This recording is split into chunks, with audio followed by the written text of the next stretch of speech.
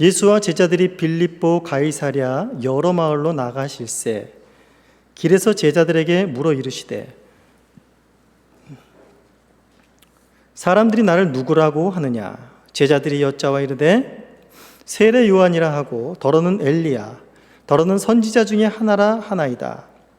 또 물으시되 너희는 나를 누구라 하느냐? 베드로가 대답하여 이르되 주는 그리스도시니이다 하매 이에 자기의 일을 아무에게도 말하지 말라 경고하시고 인자가 많은 고난을 받고 장로들과 대제사장들과 서기관들에게 버림바 되어 죽임을 당하고 사흘 만에 살아나야 할 것을 비로소 그들에게 가르치시되 드러내놓고 이 말씀을 하시니 베드로가 예수를 붙들고 항변하매 예수께서 돌이키사 제자들을 보시며 베드로를 꾸짖어 이르시되 사탄아 내 뒤로 물러가라 내가 하나님의 일을 생각하지 아니하고 도리어 사람의 일을 생각하는도다 하시고 무리와 제자들을 불러 이르시되 누구든지 나를 따라오려거든 자기를 부인하고 자기 십자가를 지고 나를 따를 것이니라.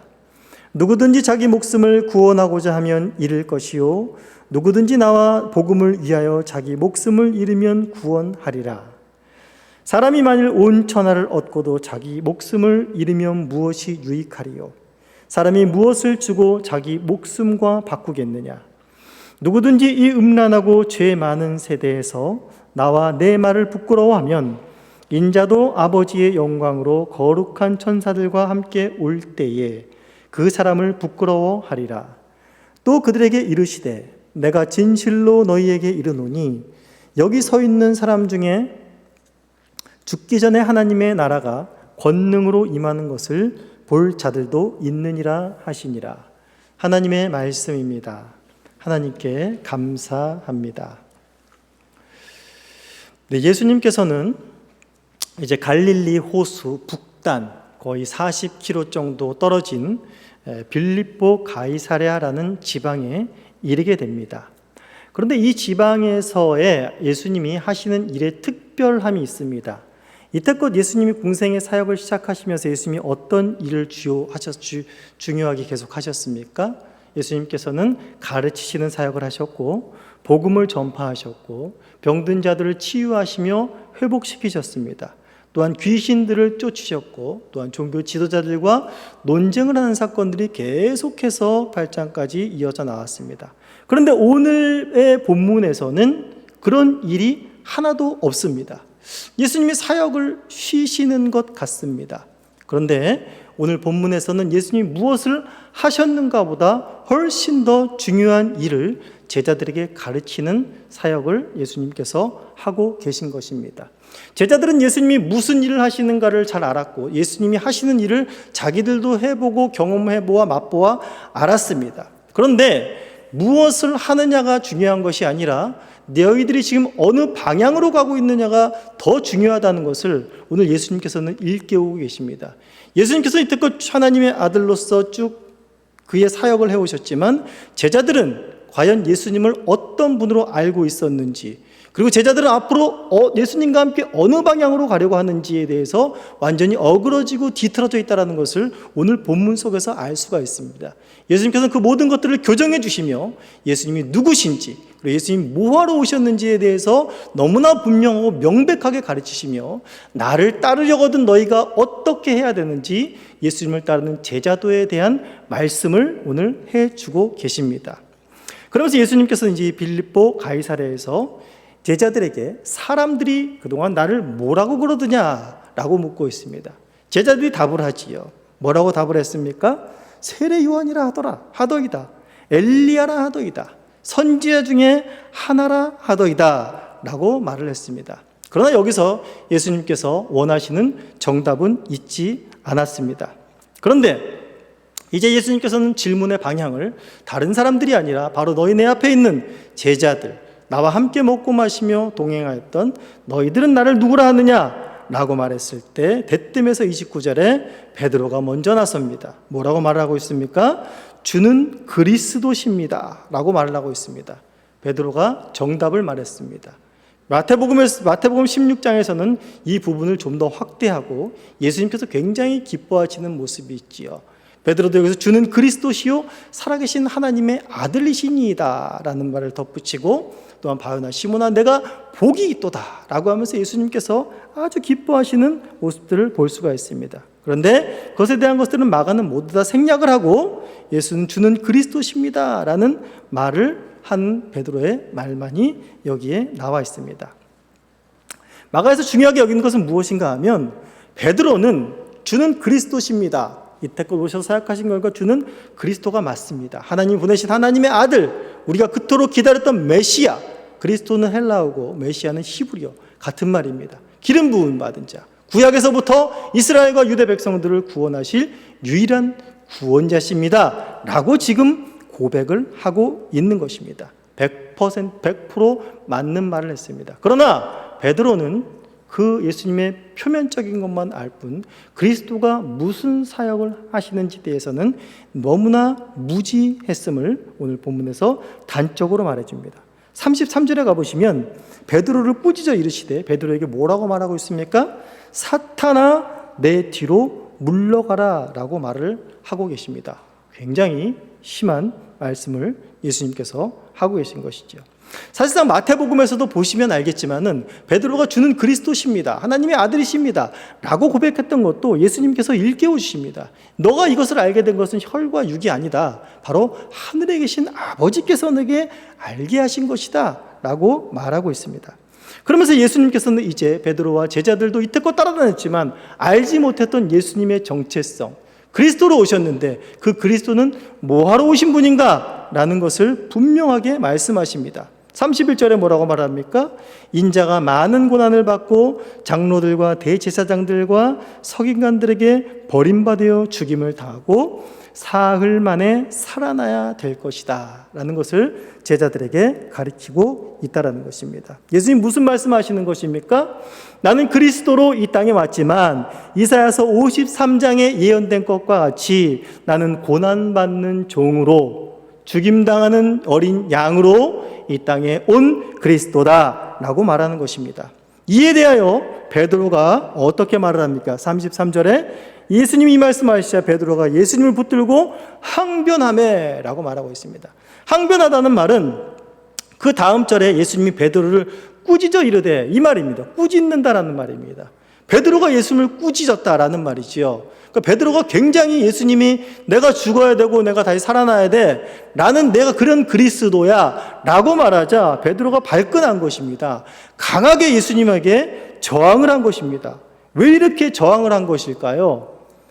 베드로는 주는 그리스도십니다 라고 고백했지만 그 그리스도가 이렇게 죽임당하는 그리스도가 아니라 처참하게 종교 지도자들의 손에 넘어가서 힘없이 죽는 나약한 무력한 그리스도가 아니라 정치적인 그리스도를 베드로는 알고 있었고 소망하고 있었고 기대하고 있었기 때문입니다. 그 정치적인 메시아, 정치적인 그리스도에 자신의 모든 생을 다 걸었기 때문입니다. 사실상 베드로가 이렇게 항변할 만한 것도 그러한 것이, 베드로의 입장에 가보면 예수님께서 이때껏 무엇을 보여주셨습니까? 너무나 많은 이적과 기사들을 보여주셨고 그 말씀의 권위들을 보여주셨습니다. 그리고 수많은 사람들을 그를 따르게 할 수 있는 힘이 있다는 것을 보여주셨습니다. 베드로는 뭘 봤을까요? 제자들은 뭘 봤을까요? 이분이 그리스도다. 어떤 그리스도? 정치적인 그리스도다. 정치적인 해방을 갖고 올 수 있는 그리스도다. 로마를 뒤집을 수 있다. 이분의 능력이면, 이분의 힘이면, 이분이 사람들을 끌어모을 수 있는 이 영향력이면 충분히 될 수 있다 라는 것을 100% 확신했던 것이죠. 그런데 예수님께서 그와의 정반대의 말씀을 하시는 겁니다. 그러니까 베드로 나름대로 생각할 수 있겠죠. 예수님 이제 와서 자신 없어진 겁니까? 지금 뭐 하는 짓입니까? 지금 수많은 사람들이 따르고 우리가 다 버리고 예수님을 따랐는데 지금 그런 데서 막 예수님을 꾸짖듯이 막 베드로가 이야기를 하고 있는 것입니다. 예수님이 어떻게 반응하십니까? 예수님도 베드로 이상으로 과격한 반응으로 베드로를 꾸짖어 이르되 말씀하십니다. 사탄아 내 뒤로 물러가라. 내가 하나님의 일을 생각하지 아니하고 도리어 사람의 일을 생각하는도다 라고 말하는 것이죠. 즉 지금 말한 대로 베드로는 하나님의 일에 대해 완전히 무지한 자였습니다. 그리고 사람의 일을 생각하는 자였습니다. 베드로가 바리새인과 예수님을 시험하여 죽이려는 종교 지도자들과 뭐가 다를까요? 다른 점은 하나입니다. 종교 지도자들은 예수님을 그리스도라 생각하지 않았습니다. 예수님을 적그리스도라고 생각했습니다. 가짜 그리스도라고 생각했습니다. 그런데 베드로는 진짜 그리스도라고 생각했습니다. 그러나 종교 지도자들이나 유대인들이나 베드로나 다 똑같이 무엇을 고대했습니까? 정치적인 그리스도를 고대한 것입니다. 다 누구의 길로 가고 있었습니까? 다 사탄의 일을 생각하고 있었던 것입니다. 이때껏 종교 지도자들이 예수님을 시험하여 넘어지려고 하게 했지만 지금은 누가 예수님을 시험하여 넘어뜨리려고 하고 있습니까? 바로 예수님의 가장 가까이 있었던, 또 많은 사람들이 우리가 또 예수님의 수제자다, 가장 먼저 나서는 사람으로 여겼던 바로 베드로가 바로 사탄의 앞잡이가 되어서 예수님을 시험하는 그 자리 가운데 있게 되었다는 것입니다. 이러한 자들에게 예수님은 내가 분명하게 그리스도로서 죽임당하고 다시 살아나야 되리라, 내가 이것을 위하여 왔노라 말씀하시고 너희들이 나를 따르려거든 너희들은 이렇게 해야 된다 라고 말하며 예수님의 정체성과 더불어 너희들의 정체성, 너희들이 평생을 나를 따라 살아갈 때 이렇게 살아가야 된다라고 명하시는 중요한 말씀을 그 뒤를 이어서 예수님께서는 하고 계십니다. 뭐라고 말씀을 하고 계십니까? 34절에 무리와 제자들을 불러 이르시되 누구든지 나를 따라오려거든 자기를 부인하고 자기 십자가를 지고 나를 따를 것이니라 라고 말하고 있습니다. 누구든지 라고 말합니다. 이 제자도는 예수님을 따르는 12제자들만을 말하는 것이 아니라 예수 그리스도를 따르는 모든 사람들에게 적용이 되는 것입니다. 그런 사람들은 어떻게 해야 된다고요? 예수님을 따라오려거든 자기를 부인하고 자기 십자가를 지고 나를 따르라 라는 것을 예수님께서 말을 하고 있습니다. 여기서 말하는 것은 단순한 어떤 자기 부정이나 자기 십자가를 지라 그런다고 해가지고 예수님처럼 순교해야 된다거나 또 단순한 어떤 고통의 짐을 짊어지고 너희들은 나를 처절하게 따라와야 된다라는 그런 단순한 이야기를 하고 있는 것이 아닙니다. 여기에 대한 예수님이 자기를 부인하고 자기 십자가를 지라는 것은 이 베드로처럼 제자들처럼 자기들의 생각, 자기들의 계획, 또한 자기들의 소망을 모두 다 내려놓고 주님의 계획과 주님의 생각과 주님의 뜻에 무릎을 꿇고 바로 순종하는 삶이 너희에게 있어야 한다라는 것을 보여주고 있는 것입니다.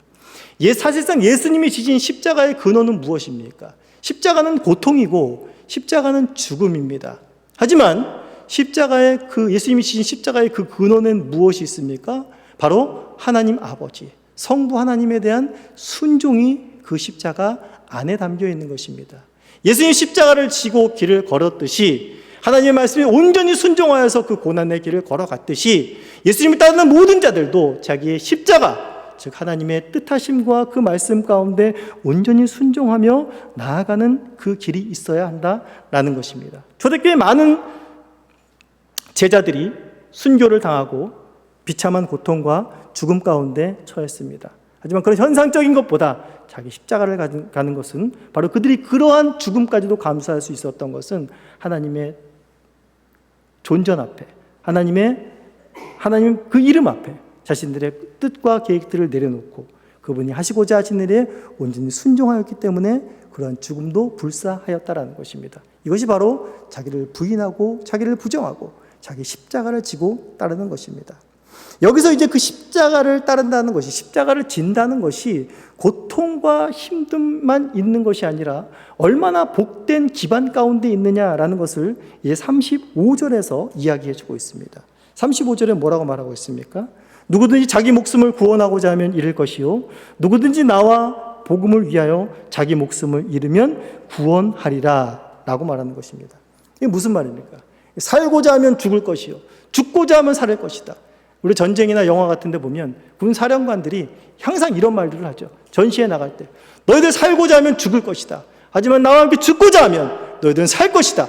그 영광을 볼 것이다 라고 말하는 그런 사기를 북돋우기 위해서, 단순히 전쟁에 이기기 위해서, 어떤 승리감을 맛보기 위해서 하는 그런 감언이설 같은 그런 사람들의 어떤 의욕을 끌어올리기 위한 그런 단순한 말이 아니라는 것을 우리는 알아야 될 것입니다. 여기서 지금 무엇을 말하고 있는 것입니까? 누구든지 자기 목숨을 구원하고자 하면 잃을 것이요, 누구든 자기 목숨을 잃고자 하면 구원을 얻으리라 라고 말하는 것입니다. 역설이죠. 목숨을 잃는데 어떻게 구원을 얻는다는 말입니까? 이 역설이 바로 십자가 안에 담긴 놀라운 비밀인 것입니다. 이 역설이 바로 십자가에서 예수 그리스도를 통해 이루어지었지요. 예수 그리스도께서 죽으심으로 말미암아 그가 다시 부활하여 살아나는 영광을 맛보게 된 것입니다. 그런데 예수 그리스도의 죽으심은 그냥 스스로 혼자서 하나님의 아들이심을 입증한 것이 아니라 바로 예수 그리스도와 함께 그를 믿는 자들이 예수 그리스도와 십자가의 그 죄를 함께 못 박아 예수 그리스도와 함께 같이 죽고, 또한 예수 그리스도께서 살아난 것 같이 예수 그리스도를 믿는 자들로 죄에 죽어 다시 그리스도를 믿는 새 사람으로 살아난다라는 그 역설이 바로 이 십자가 안에 담긴 비밀이라는 것입니다. 그렇기 때문에 십자가의 길을 걷는 자들이 얼마나 든든함을 갖고 있냐라는 것입니다. 그들이 목숨을 버리겠습니다, 그러면 살겠지요? 라는 조건부가 아니라는 것입니다. 이 말씀은 일반인들은 절대로 깨달을 수가 없는 말씀인 것입니다. 그리스도와 연합된 자들만이 이 말씀을 깨닫고 기꺼이 죽음을 감수하고 그 영광을 바라보는 그 자리까지 나아갈 수가 있게 되는 것입니다. 예수님의 수많은 제자들과 바울이 그 고통과 죽음을 감수할 수 있었던 것은 바로 이 십자가의 역설을 알았기 때문입니다. 그리스도와 연합함으로 이 십자가의 역설, 이 십자가의 길을 걷는다라는 것이 얼마나 영광스러운 것인지, 죽음이, 고난이 장차 올 영광과 비교할 수 없다라는 그 바울의 말을 모든 신자들은, 예수와 연합된 자들은 안 것입니다.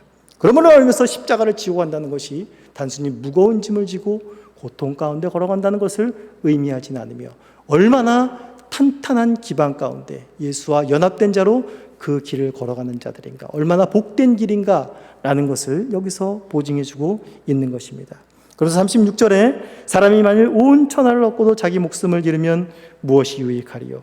사람이 무엇을 주고 자기 목숨과 바꾸겠느냐라고 말을 하고 있습니다. 여기서 말하고자 하는 근본은 사람은 어떤 것을 주고도 자기 목숨과 바꾸지 않는다라는 것입니다. 어떤 천하를 주어도 가장 사람에게 중요한 것은 자기 목숨이라는 것입니다. 사람이 가장 집착하는 것, 가장 중요하게 여기는 것, 그것이 목숨인 것입니다. 그렇기 때문에 제자도 십자가의 길을 걷는 것, 자기를 부인하는 것은 사람의 힘으로는 불가능하다라는 것을 말해주고 있는 것입니다. 그만큼 십자가의 길을 걷는 것은 예수 그리스도와 연합하지 않고는 갈 수 없는 길임을 이야기해주고 있습니다. 그러면서 38절에 이제 그 십자가의 길을 걷는 것은 선택이 아니다, 뭐 가도 그만 안 가도 그만, 이런 문제가 아니다라는 것을 38절에서 말해줍니다. 누구든지 음란하고 죄 많은 세대에서 나와 내 말을 부끄러워하면 인자도 아버지의 영광으로 거룩한 천사들과 함께 올 때에 그 사람을 부끄러워하리라 라고 말씀하고 계시는 것입니다. 바로 하나님께서 그 십자가의 길을 걸어가는 데 있어서 얼마나 그리스도와 연합된 자로 하나님의 충성되의 길을 걸어가는지 보고 계신다라는 말입니다. 그리고 최후 하나님께서 영광스러운 모습을 보고 오실 때 그 영광의 자리를 차지할 자들이 누군지, 그리고 슬피 울 자들이 누군지 하나님께서는 분명히 아시고 그날이 올 것이라는 것을 경고하고 있는 것입니다. 그리고 그날이 속히 올 것임을 이제 9장 1절에서 말씀하십니다. 또 그들에게 이르시되 내가 진실로 너희에게 이르노니 여기 서 있는 사람 중에는 죽기 전에 하나님의 나라가 권능으로 임하는 것을 볼 자들도 있느니라 하시니라 라고 말하고 있습니다. 하나님의 나라가 권능으로 임하는 것, 예수 그리스도를 통해서 이미 보이신 그 영광스러움이 바로 그 다음 절, 우리가 이미 살펴본 변화산에서의 예수님의 변화된 영광스러운 모습입니다. 그것이 이제 예수님의 십자가와 부활을 통해서 부활의 영광으로 드러날 것이고, 오순절 성령 강림을 통해서 하나님의 나라가 임하는 것을 죽기 전에 여기서 볼 자들이 많이 있다라는 것을 예수 그리스도께서 말씀하여 주시고 계시는 것입니다. 오늘의 말씀을 보면서 우리는 우리의 심령을 점검했으면 좋겠습니다. 우리가 말씀도 봅니까? 교회도 나옵니까? 새벽 예배도 드립니까? 모든 것을 하는 그 doing이 중요한 것이 아니라 우리가 지금 제대로 된 방향성으로 나아가고 있냐가 중요한 것입니다. 왜라는 질문을 우리의 심령 속에 던지셔야 합니다. 나는 왜 이 새벽에 깨어 주님께 예배하고 있는가? 나는 왜 이 밤에 피곤한 몸을 끌고 이곳에 와 있는가? 내가 믿는 하나님은 누구신가? 내가 믿는 그리스도는 누구신가? 나는 바로 알고 있는가? 성령께서 깨우쳐 주시옵소서. 오늘 이 시간에 내가 참된 제자도의 길을 걷고 있는가를 점검하시고 그 제자의 길을 온전히 힘있게 능히 넉넉히 걸어갈 수 있게 하옵소서. 같이 기도하시는 시간 갖도록 하겠습니다. 그리고 개인과 가정을 위해서 또 기도하는 시간 갖도록 하겠습니다. 다 함께 기도하시겠습니다.